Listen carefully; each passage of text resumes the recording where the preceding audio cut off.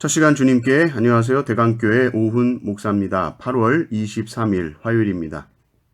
오늘 하나님 우리에게 주신 말씀은 미가 2장 1절에서 13절입니다. 그들이 침상에서 죄를 꾀하며 악을 꾸미고 날이 밝으면 그 손에 힘이 있으므로 그것을 행하는 자는 화 있을진저. 밭들을 탐하여 빼앗고 집들을 탐하여 차지하니 그들이 남자와 그의 집과 사람과 그의 산업을 강탈하도다. 그러므로 여호와의 말씀에 내가 이 족속에게 재앙을 계획하나니 너희의 목이 이에서 벗어나지 못할 것이요 또한 교만하게 다니지 못할 것이라. 이는 재앙의 때임이라 하셨느니라. 그때에 너희를 조롱하는 시를 지으며 슬픈 노래를 불러 이르기를 우리가 온전히 망하게 되었도다. 그가 내 백성의 산업을 옮겨 내게서 떠나게 하시며 우리 밭을 나누어 패역자에게 주시는도다 하리니 그러므로 여호와의 회중에서 분깃에 줄을 댈 자가 너희 중에 하나도 없으리라. 그들이 말하기를 너희는 예언하지 말라. 이것은 예언할 것이 아니거늘 욕하는 말을 그치지 아니한다 하는도다. 너희 야곱의 족속아 어찌 이르기를 여호와의 영이 성급하시다 하겠느냐. 그의 행위가 이러하시다 하겠느냐. 나의 말이 정직하게 행하는 자에게 유익하지 아니하냐. 근래에 내 백성이 원수같이 일어나서 전쟁을 피하여 평안히 지나가는 자들의 의복에서 겉옷을 벗기며 내 백성의 부녀들을 그들의 즐거운 집에서 쫓아내고 그들의 어린 자녀에게서 나의 영광을 영원히 빼앗는도다. 이것은 너희가 쉴 곳이 아니니 일어나 떠날지어다. 이는 그것이 이미 더러워졌음이니라. 그런즉 반드시 멸하리니 그 멸망이 크리라.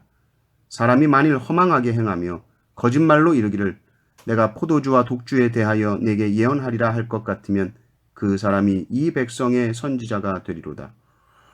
야곱아 내가 반드시 너희 무리를 다 모으며 내가 반드시 이스라엘의 남은 자를 모으고 그들을 한 초소에 두기를 보스라의 양떼같이 하며 초장의 양떼같이 하리니 사람들이 크게 떠들 것이며 길을 여는 자가 그들 앞에 올라가고 그들은 길을 열어 성문에 이르러서는 그리로 나갈 것이며 그들의 왕이 앞서가며 여호와께서는 선두로 가시리라. 아멘. 미가는 이스라엘 백성들의 죄를 경고합니다. 그 죄는 하나님이 눈앞에서 사라진 죄요. 하나님이 아니라 우상을 숭배하는 죄입니다. 그런데 결국 이 우상이 무엇인가? 자기 내면에 있는 탐욕과 욕심이죠.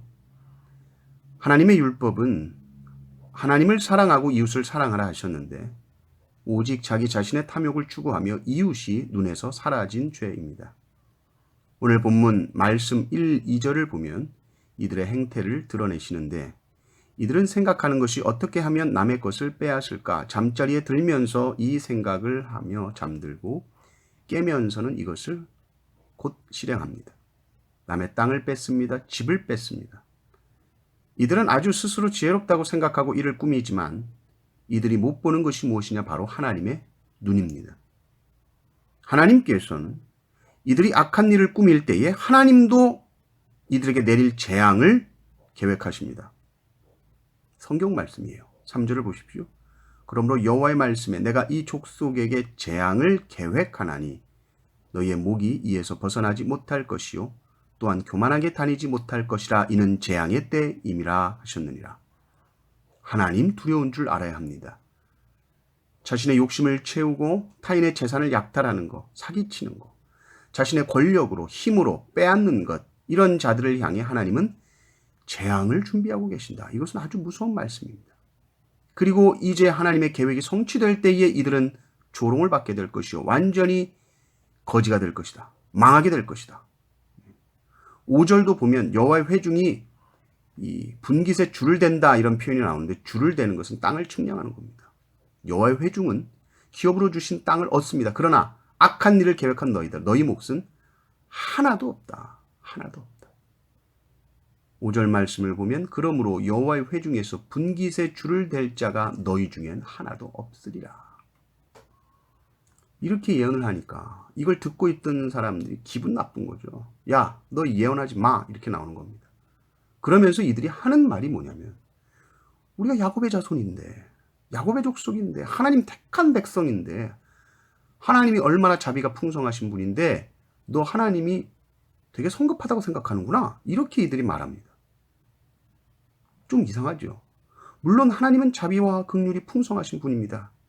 그런데 지금 자신이 죄를 짓고 그것이 죄인 줄 깨닫지도 못하고 그 죄를 지적하고 경고하는 선지자에게 오히려 너 입 다물어 예언하지 마. 하나님 끝까지 참고 인내하신 분이야. 하나님이 그렇게 성급한 분인 줄 알아? 이렇게 말을 하는 것은 하나님을 모르는 자요, 심히 방종한 신앙생활을 하는 것입니다. 정말 하나님의 인자하심과 정말 하나님의 자비하신 긍휼하심이 풍성한 줄 아는 사람은 결코 이렇게 말할 수 없습니다. 지금까지 하나님께서 얼마나 나를 참아주시고 나를 용서하시고 내 죄를 참아주시고 그것을 내가 뼈저리게 깨닫고 그럼에도 불구하고 내가 죄 가운데 넘어졌을 때에 선지자가 경고하죠. 그러면 그 경고 앞에 무릎을 꿇는 사람이 참으로 하나님을 아는 자입니다. 하나님은 이렇게 악독하게 하나님을 향해 말하는 그들을 향해서 기가 차서 말씀하시죠. 그래? 내가 니들이 한 일을 증언하겠다. 8절, 9절을 보니까 그들의 죄악사항들이 나옵니다. 마치 전쟁에서 침입자가 적군 포로 대하듯이 그렇게 너희들이 동포를 그렇게 잔인하게 대했다. 겉옷 벗기고 부녀자들 집에서 다 쫓아내고 어린 자녀들의 소유를 약탈했다. 그런데 이들이 동포였다는 거죠. 같은 민족을 이렇게 대하고 있는 것입니다.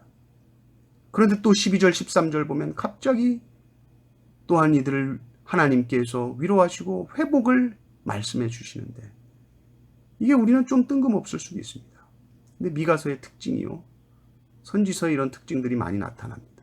그럼에도 불구하고 하나님께서 남은 무리를 모으신다, 회복하신다, 완전히 심판당에 멸망당하지 않게 하신다, 구원하고 회복하신다라는 메시지를 또 전해요. 하나님은 공의와 사랑의 하나님이십니다. 그러나 결국은 사랑이 공의를 앞서게 되는 것이죠. 하나님이 우리를 공의대로 판단하셨다면 아무도 이 자리에 서 있을 수 없습니다. 그것이 은혜요, 그것이 사랑입니다. 사랑은 모든 허물을 덮죠. 그러나 이것을 우리가 죄를 지으면서 우리 입으로 합리화하려고 이 말을 해서는 결코 안 됩니다. 아, 하나님은 사랑이 많으시니 내가 죄 지어도 다 용서해 주실 거야. 이거는 틀렸습니다. 왜냐하면 하나님은 우리를 용서하실 의무가 없습니다. 다만 하나님의 긍휼하심으로 인하여서 우리가 용서함을 받는 것이지, 그런데 나는 마치 반드시 내가 용서받아야 할 권리가 있는 것처럼 그렇게 용서를 주님께 요구할 수는 없는 겁니다. 내가 회개하면 하나님이 반드시 용서해 주셔야 돼. 아니에요. 회개해도 하나님이 용서해야 될 의무는 없는 겁니다. 호의가 계속되면 권리인 줄 안다는 말이 있습니다. 이것은 인간의 본성을 아주 잘 말해주는 말이죠. 하나님께서 항상 우리를 용서해 주시니 오늘도 하나님은 나를 용서해 주셔야지 내가 회개하는데, 그렇지 않습니다. 우리는 오히려 영원한 형벌을 받아 마땅한 자들이었습니다.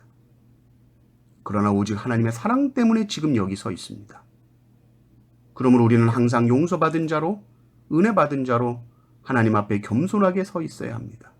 내 안에 죄가 지적될 때에 우리는 결코 강팍한 마음을 품어서는 안 됩니다. 어떤 죄가 지적되어도 우리는 겸비하여 회개의 제목으로 삼고 기도해야 하는 줄을 믿습니다.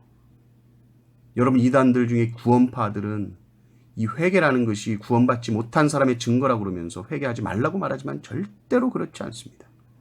항상 회개하는 것, 이것이 구원받고 은혜 받은 자의 가장 합당한 겸손의 모습인 줄 믿습니다. 이 모습이 우리 안에 충만하시기를 주님의 이름으로 축원합니다. 아멘.